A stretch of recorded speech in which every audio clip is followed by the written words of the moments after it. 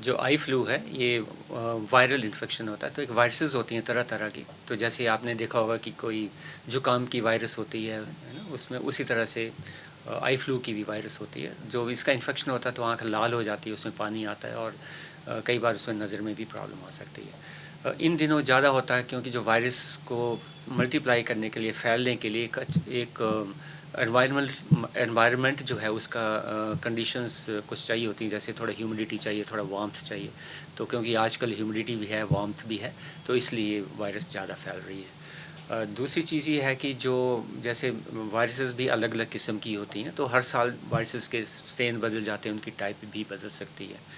ज़्यादातर जो eye flu होता है वो एडिनो वायरस करके आता है, वो हर साल हम देखते हैं उसके केसेस जो आउटब्रेक्स होती हैं। लेकिन इस बार थोड़ा सा डिफरेंट है। इस बार जो वायरस है वो एडिनो वायरस भी है, लेकिन उसके अलावा आई थिंक अभी जो फ्लू है उसमें ज़्यादातर जो एंटेरो वायरस, वो एक दूसरी कैटेगरी की क्लास की वायरस है, तो उसकी वजह से ये इस बार ज़्यादा हो रहा है। इसमें अगर देखा जाए तो कोई ऐसी स्टेज भी आती है कि कुछ विजन पे इफेक्ट पड़ा है?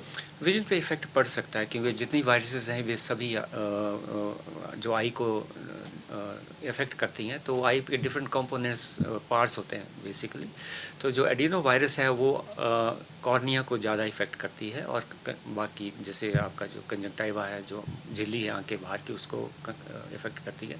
तो एडिनो वायरस से तो हम अक्सर देखते हैं कि उसमें कॉर्निया में भी इफ़ेक्ट होता है और विजन कम हो जाती है, हो सकती है। लेकिन जो अभी वाले जो फ्लू है इसमें अभी तक हमने कॉर्निया की जो इन्वॉल्वमेंट है वो नहीं देखी है, कॉर्निया पे इसका असर अभी तक हमने नहीं देखा है। लेकिन अभी जैसे केसेस आ रहे हैं हम उनको मॉनिटर कर रहे हैं, उसको देख रहे हैं कि आगे क्या होता है। लेकिन ऐसा लगता है कि इसकी वजह से जो कॉर्निया पे जो असर होता है, जो जिसमें आई साइट कम हो जाती है, वो अभी तक हमने नहीं देखा है, जो आज का अभी जो करंटली जो ज़्यादा आई फ्लू चल रहा है उसकी वजह से। अगर पीजीआई की बात करें सर, तो अभी तक कितने केसेस पीजीआई में? आई थिंक पिछले एक हफ्ते में मान के चलो कि कोई 250-300 के करीब केसेस हमने देखे होंगे कुल मिला के। एवरेज हमारे पास 50 से 70 के बीच में मतलब पेशेंट आ रहे हैं। पिछले कुछ दिनों से 60 के आसपास पेशेंट हर डे आए हैं। तो पीजीआई की तरफ से कुछ अलग वार्ड बनाया गया है, इसके लिए ओपीडी का अलग सेक्शन बनाया गया है? इनके लिए वार्ड की ज़रूरत नहीं होती क्योंकि इसमें एडमिशन नहीं हम लोग करते हैं। लेकिन क्योंकि ये बहुत कंटेजियस होता है, तो जब भी ये भीड़ में जाएंगे तो बाकी लोगों को लगेगा। और जब अगर हाथ पैर, अब जैसे हाथ खास कर होता है, जो आँख में लग गया और उसकी जो वायरस है वो हाथ में लग जाती है, और जहाँ भी आप टच करेंगे वहाँ पे फिर वायरस जमा हो जाएगी और वहाँ से फिर दूसरे लोगों को जाएगी। तो इसलिए हम जिन लोगों को वायरस है, जिन लोगों को रेड आई है बेसिकली, क्योंकि पता नहीं होता लोगों को कि है ना, क्योंकि वो लोग तो रेड आई करके आते हैं, तो हमने एक रेड आई के लिए अलग से ही एक बनाया, एक काउंटर ही अलग कर दिया आई सेंटर में, और उनको देखने की जो जगह है, इलाज की जगह, वो भी अलग कर दी है। तो एक यूँ कह लो कि आई फ्लू क्लिनिक एक अलग से बनाया।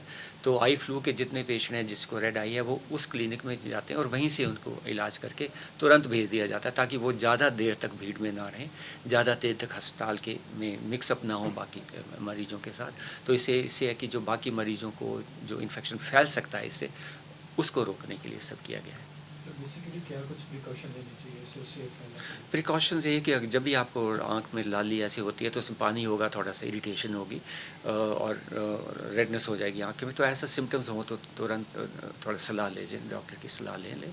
और इसमें उससे पहले भी और उसके बाद में भी जो इसकी जो पानी निकलता है, क्योंकि उसमें वायरस हो सकती है, तो उसको आपने किसी टिश्यू पेपर से वाइप करके जहाँ भी इसको डिस्पोज ऑफ करना तो सेफली करें, और उसके जो हाथ हैं आपके उनको साबुन से धो के अच्छे से करें, और अपने हाथ से बार बार आँख टच ना करें। किसी टिश्यू पेपर से अगर उसको वाइप करते हैं या कॉटन से वाइप करते हैं तो उसको भी अच्छे से डिस्पोज ऑफ करें, और जो हाथ हैं वो इधर उधर ज़्यादा ना लगें और अपनी आँख के साथ भी ना लगाएं।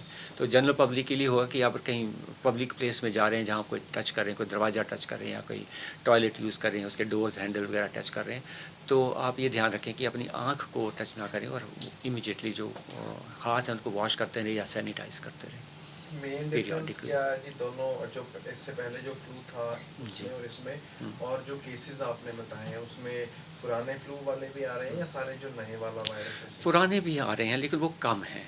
ज़्यादातर जो भी आ रहे हैं वो नई वाली एंटेरोवायरस जो मैंने बताया उसकी वजह से हैं। तो उसमें ये है कि जो पुरानी वाली जो जो वायरस का जो फ्लू है वो थोड़ा लंबे टाइम तक चलता है और उसमें हमने देखा था कि उसमें आईसाइट में थोड़ा फ़र्क पड़ने के ज़्यादा चांसेस होते हैं।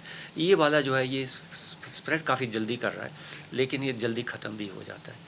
जो पुराना वाला है आम तौर पे हफ़्ता 10 दिन, कई बार 2 हफ़्ते तक भी चलता है वो, लेकिन ये जो है हमने देखा कि 4-5 दिन में ये सिम्पटम्स इसके कम हो जाते हैं काफ़ी हद तक। तो ये फैलता तो बहुत जल्दी है, लेकिन ये ठीक भी जल्दी हो रहा है और अभी तक हम इसमें एक आँख में कोई सीरियस साइड इफ़ेक्ट जो आफ्टर इफ़ेक्ट इसका अभी तक हमने नहीं देखा।